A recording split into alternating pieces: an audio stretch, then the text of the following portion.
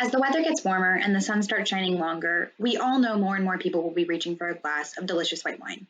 But how do we get them to try something new? Well, I'm going to try to answer that today. My name is Emily, and I am the Marketing Director for Kindred Vines. If you've joined any of our happy hours for the last few Fridays, you may have already met me. Kindred Vines is an import company based in Detroit that imports wines from France, Italy, Germany, Portugal, Argentina, and now Canada, and works with distributors all throughout the United States to bring amazing wines to you. So today we're going to be talking about white wines for spring and summer, but with a little twist. We'll be talking about 3 of the most popular white wines and how to get people to break out of their comfort zone and try something new based on your suggestions. Sauvignon Blanc is one of the most loved white wines out there. The flavor profile can vary depending on where it's grown, but Sauvignon is usually known for being aromatic, punchy, citrusy, and all-around mouth-watering. 2 things that are really important when finding a Sauvignon Blanc alternative for someone are acidity and aromatics. So that's exactly what we're going to focus on with these 3 suggestions. Pagadebit is a super cool indigenous Italian varietal, mostly grown in the Emilia-Romagna. I actually have a lot of fun with customers with our Pagadebit from Praderi del Nespoli pictured here. It is a great trick wine in a blind Sauvignon Blanc tasting. It has savory, herbaceous character up front and finishes with fruity notes like peach and a touch of pink grapefruit, spot on for the Sauvignon Blanc flavor profile. Then we have Soave, another fun Italian white. Like Sauvignon Blanc, Soave is known for its floral and aromatic character, but plays more towards the tropical end of the fruit spectrum, with things like pineapple and yellow plum. Soave tends to be more clean and crisp, whereas Pagadebit can have a more lingering finish. Finally, we have Vermentino. Vermentino has mouth-watering acidity, just like Sauvignon Blanc, and punchy citrus flavors like lime, grapefruit, or even green apple. It's a little less aromatic than our first 2 suggestions, but still has that herbaceous character that Sauvignon drinkers look for. So how would you decide between these 3? Something to keep in mind throughout this entire training is to talk to your customer about what they like about the varietal they like, not just the fact that they like it. If they say, oh, I love that Sauvignon Blanc is so aromatic and herbaceous, you could go with something like the Pagadebit. If they're more into how crisp and clean it is, you could go with the Soave. Or if they talk about citrus flavors and acidity, the Vermentino might be your answer. The key to making a great suggestion is knowing not just what varietal they like, but what they like about it. I would be remiss in talking about Sauvignon Blanc if I didn't mention some of the other names that it can go by. Your more wine connoisseur type customers might already know these, but many people don't. Your Bordeaux Blanc will almost always have some portion of Sauvignon Blanc, sometimes even up to 100%, but it's usually blended with Semillon. But since it doesn't say Sauvignon Blanc anywhere on the label or menu, some people might not realize that something called Chateau Haut Pasquet, for example, is that grape that they know and love. Same goes for Sancerre and Pouilly-Fumé, 2 regions in the Loire Valley that make absolutely delicious 100% Sauvignon Blancs.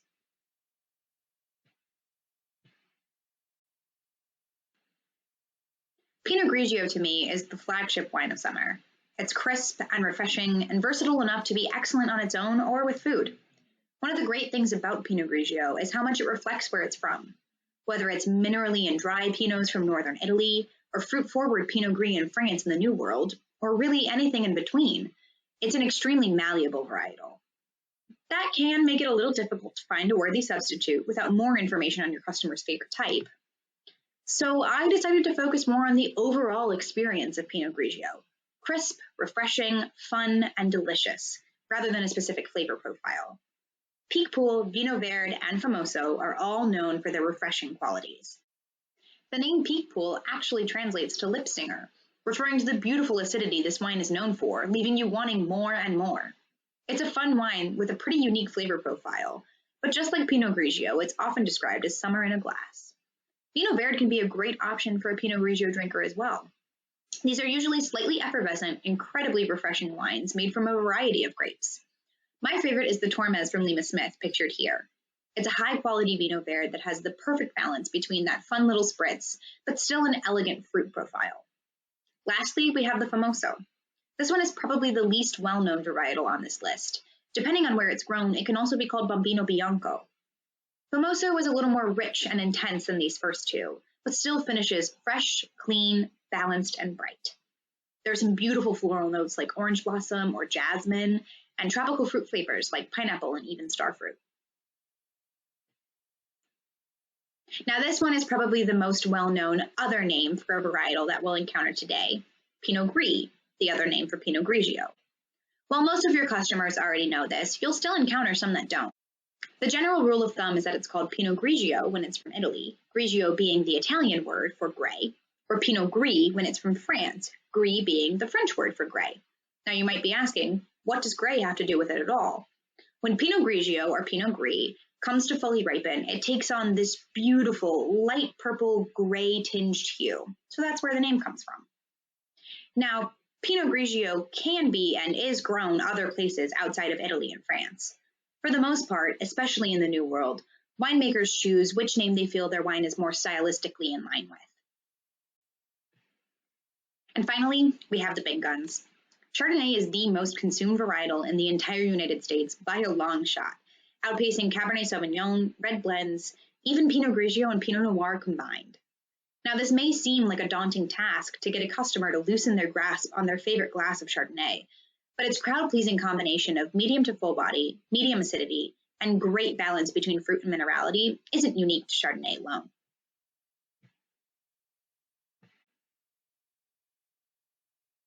I think one of the keys to Chardonnay lovers is mouthfeel. Chardonnay has a beautiful texture with medium or full body and a silky smooth mouthfeel, so I chose varietals that echo that experience. Viognier is full and aromatic, focusing more on the stone fruit flavors, things like peaches, apricots, even melon. The Le Versant Viognier here, in particular, has a beautiful ginger spice note running through the finish, making you think of peach pie or something like that. Similarly, Chenin can often have a spice note to it as well, but the fruit profile tends more towards the tree fruit end of the spectrum, with things like pears, golden delicious apples, and other fruit flavors that you'll often see in Chardonnay as well.